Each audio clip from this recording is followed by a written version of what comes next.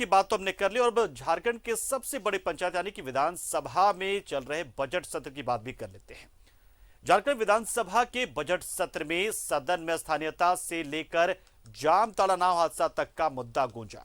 मुख्यमंत्री प्रश्नकाल में कई मुद्दे उठे तो वहीं राज्यपाल के अभिभाषण पर भी चर्चा हुई है। एक रिपोर्ट आपको पूरे दिन को समेटती हुई। सदन के बाहर हंगामा, बाबूलाल को नेता प्रतिपक्ष बनाने की मांग। लोकतंत्र की हत्या पिछले 26 महीने से हो रही है। भारतीय जनता पार्टी के कार्यकर्ता इसलिए प्रोटेस्ट कर रहे हैं कि बाबूलाल जी को अब नेता प्रतिपक्ष का दर्जा दे। दो चीज अभी ये काम करके इन्होंने लोकतंत्र की बिल्कुल हत्या कर दी। दूसरा, संविधान का इन्होंने जो धज्जी उड़ा दिया। ये कोई रॉकेट साइंस नहीं है जिसमें कि 2.25 साल लग जाए निर्णय लेने में। सदस्य दूसरे दल से आते हैं, मान्यता देने का जो है अधिकार जो है वो माननीय विधानसभा अध्यक्ष जी का ही होता है और दल का किसी को नेता बना देना वो अलग प्रक्रिया है। और विधानसभा में किसी को मान्यता देने में वो विधानसभा का क्षेत्राधिकार होता है। सदन के बाहर अंबा का धरना। ने आश्वासन दिया था लास्ट टाइम जब हम लोग ओबीसी का जब मेरे तरफ से सवाल उठाया गया था ध्यान आकर्षण में, तो हमारे माननीय मंत्री जी उठ के आश्वासन दिए थे कि हम लोग एक कमेटी का गठन करेंगे ओबीसी आरक्षण को लेकर। और क्योंकि पिछड़ा वर्ग आयोग ने 50% का आरक्षण का अनुशंसा किया था, तो हम चाहते हैं कि उस ओर हमारी सरकार आगे जल्दी से बढ़े। सदन के बाहर अपर्णा सेन गुप्ता का धरना। ये जो बाराबंदिया का जो पुल है उसको बनाने का बार बार हमने मांग किए हैं सरकार से, लेकिन अगर ये पुल बन जाता तो इतना बड़ा घटना नहीं घटता।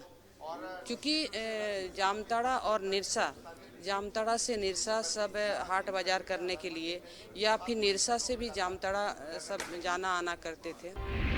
इस वित्तीय वर्ष का तीसरा अनुपूरक बजट पेश। वित्त मंत्री ने पेश किया 2698 करोड़ का अनुपूरक बजट।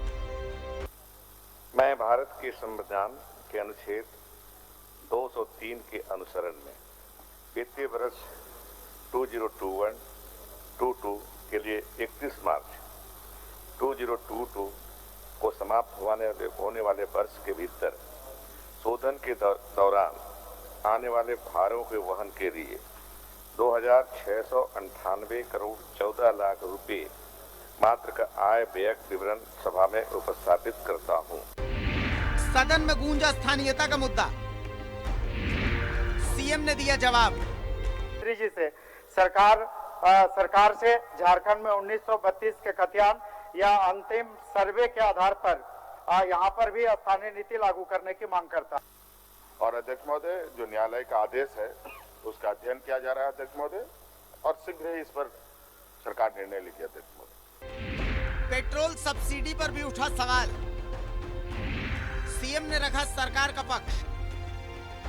है कि सरकार ने एक महत्वाकांक्षी अपनी बहुप्रचारित योजना डीजल और पेट्रोल में सब्सिडी की योजना घोषित की थी महोदय, और उसमें सरकार ने एक खास संख्या का बीपीएल धारी का निर्धारण किया था महोदय। यह राज्य वेलफेयर स्टेट भी है। हम लोग बार बार कहते हैं नीतियों का निर्धारण करते समय इस संख्या बल का ये जो सूची है इसकी बहुत डिमांड होती है, और इसीलिए मेरा सीधे सीधे महोदय आग्रह है आपके माध्यम से कि सरकार यह सर्वे कराए, क्योंकि माननीय मुख्यमंत्री जी ने पहले कहा कोई विचार नहीं है।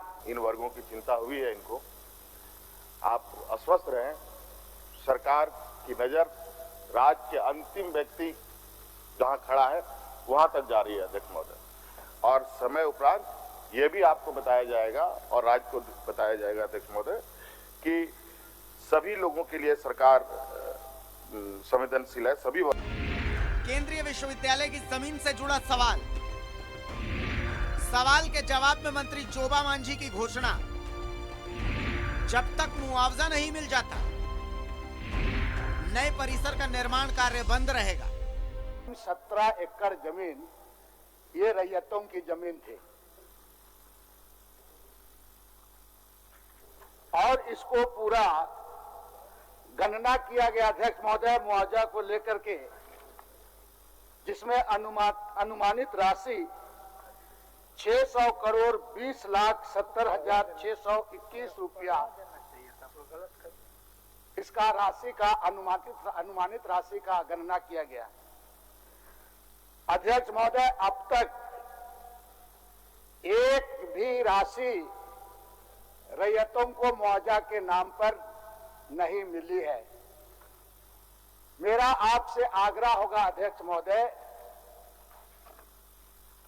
और मैं आपके माध्यम से सरकार से पूछना चाहूंगा कि इसमें तकरीबन 200 परिवार प्रभावित हो रहे हैं और 70 परिवार इस पर विस्थापित भी हो रहे हैं।